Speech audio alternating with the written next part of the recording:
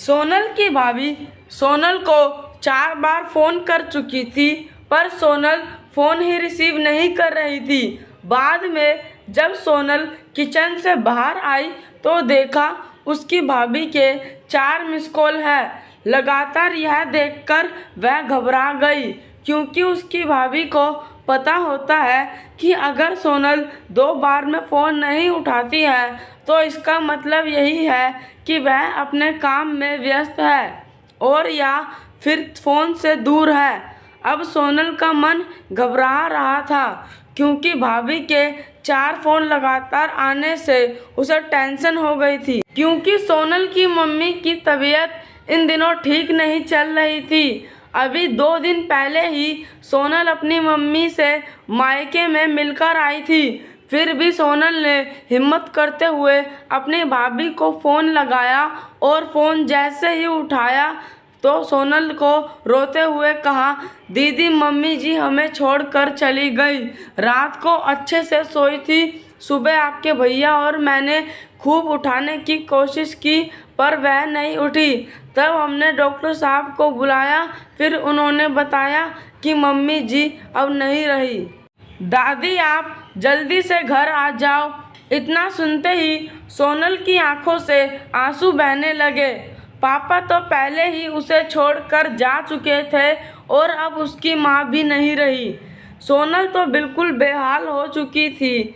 अब सोनल ने रोते हुए यह बात सक्षम उसके पति को बताई तो सक्षम ने उसे संभाला और उसे जल्दी से कार में बिठाकर मायके ले गया। सोनल जैसे ही अपने घर पहुंची तो अपनी माँ के शरीर को देखकर उससे लिपट गई और खूब रोई।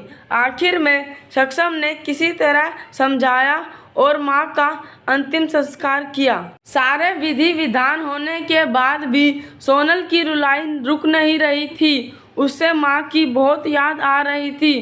तब सोनल की मौसी ने उसके आंसू पोंछे और उसे संभाला और कहा, सोनल बेटा ऐसे दुखी मत हो। दादी नहीं रही तो क्या हुआ, मैं हूं ना तेरी मौसी। मेरा घर भी तेरा मायका है। तेरा मन जब करे तब आ जाना अपनी मौसी के पास। वैसे कहते भी तो है ना, मौसी मतलब माँ जैसी।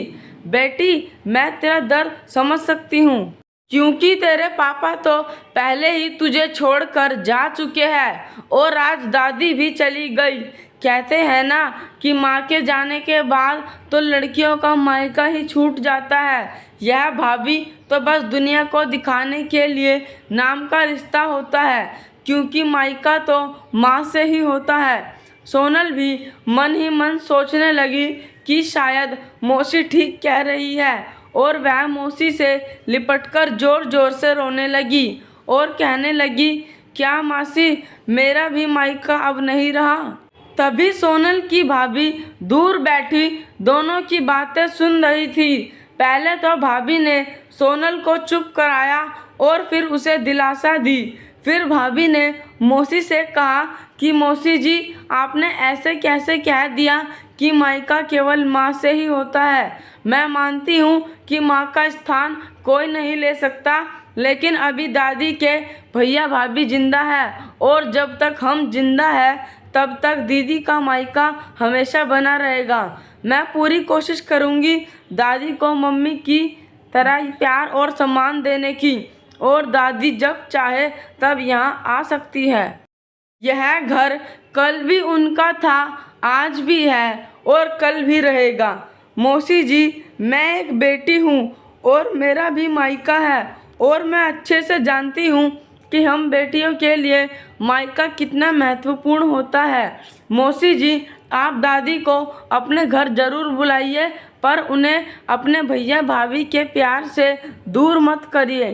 तभी मौसी ने कहा, बहू आज के ज़माने में तेरी जैसी सोच रखने वाली भाभी बहुत कम मिलती है। मुझे माफ़ कर दे, मैंने सोनल को गलत राह दिखाई। तभी सोनल अपनी भाभी के गले लग गई और बोली, भाभी आज आपने मुझे विश्वास दिला दिया कि भाभी भी माँ के समान होती है, और मैं संतुष्ट हूँ कि जब तक आप और भैया हो मेरा मायका सदा बना रहेगा। और किसी ने कहा है ना कि भाभी माँ के समान होती है। आज आपने मुझे इस बात का विश्वास भी दिला दिया है। दोस्तों ज़रूर बताइएगा कहानी कैसी लगी, और अच्छी लगे तो ज़रूर हमें सब्सक्राइब कीजिएगा। आपका दोस्त और लेखिका अंकित।